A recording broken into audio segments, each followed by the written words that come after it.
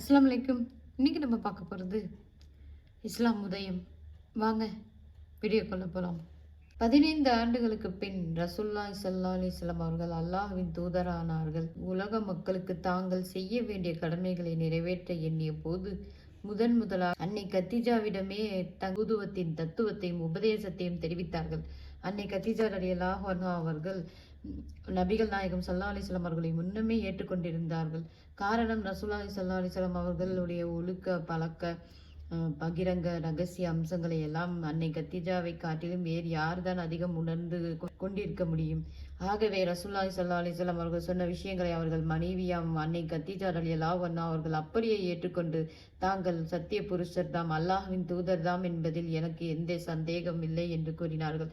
இது சம்பந்தமாக புகாரி என்னும் புத்தகத்தில் பின்வருமாறு காணப்படுகிறது. அன்னை ஆயிஷா ரலியல்லாஹு அன்ஹா அவர்கள் கூறுகின்றார்கள், ரசூலுல்லாஹி ஸல்லல்லாஹு அலைஹி வஸல்லம் அவர்களுக்கு வஹி என்னும் தேவஞான வெளிப்பாடு உண்மை கனவுகளை கொண்டு ஆரம்பமாயிற்று. ரசூலுல்லாஹி ஸல்லல்லாஹு அலைஹி வஸல்லம் இரவின் போது கனவு காண்பார்கள். பொழுது புலர்ந்த பின் கனவில் கண்ட விஷயம் அப்படியே நிதர்சனமாய் வெளியாகி கொண்டிருக்கிறது. இதற்கு பின் ரசூலுல்லாஹி ஸல்லல்லாஹு அலைஹி வஸல்லம் அவர்கள் தனித்திருக்க நினைத்தார்கள். தங்களுக்கு வேண்டிய ஆகார பதார்த்தங்களை மடித்துக் கொண்டு ஹீரா என்னும் மலைக்குகைக்கு சென்று விடுவார்கள். அங்கு கடுந்தவ வணக்கத்தில் ஈடுபட்டிருந்தார்கள். தாங்கள் கொண்டு போன உணவு பண்டங்கள் தீர்ந்து போகுமாயின் திரும்பி அன்னை கத்தீஜாவிடம் வருவார்கள். மீண்டும் அதே மலைக்கு சென்று விடுவார்கள். எனவே இங்கனமே நடந்து கொண்டிருக்கும் போது ஒரு நாள் மறைவான வானவர் தென்பட்டார். அவர் ரசூலுல்லாஹி ஸல்லல்லாஹு அலைஹி வஸல்லம் அவர்களை பார்த்து, ஓதுவீராக என கூற, எழுதவோ படிக்கவோ எனக்கு தெரியாது என்று நபிகள் நாயகம் ஸல்லல்லாஹு அலைஹி வஸல்லம் அவர்கள் பதில் உரைத்தார்கள். வானவர் அதிவேகம் நபி பெருமான் இருக கட்டி தருவினார். இங்கனமே மும்முறை செய்த பின் படைத்த உம்முடைய ரப்பின் திருநாமத்தை கொண்டு ஓதுவீராக. மனிதனை உதிர கட்டியினின்று படைத்தான், ஓதுவீராக.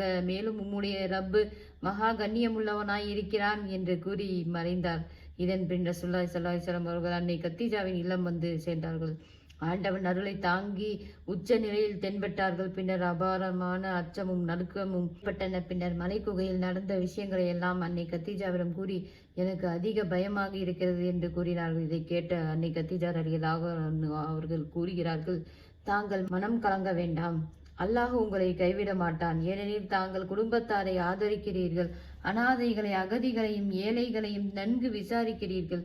விருந்தோம்பல்களிலும் கஷ்டம் சமயங்களிலும் ஆகுமானதை செய்து வருகிறீர்கள். இவ்வாறு கூறிய பின்னர் அன்னை கத்தீஜா ரலியல்லாஹு அன்ஹா அவர்கள் நாயகம் அவர்களை தங்களின் சிறிய தந்தையை தொடர்ந்து கேட்க சப்ஸ்கிரைப் பண்ணிக்கோங்க. அஸ்ஸலாமு அலைக்கும் வரஹ்மத்துல்லாஹி வபரகாத்துஹு.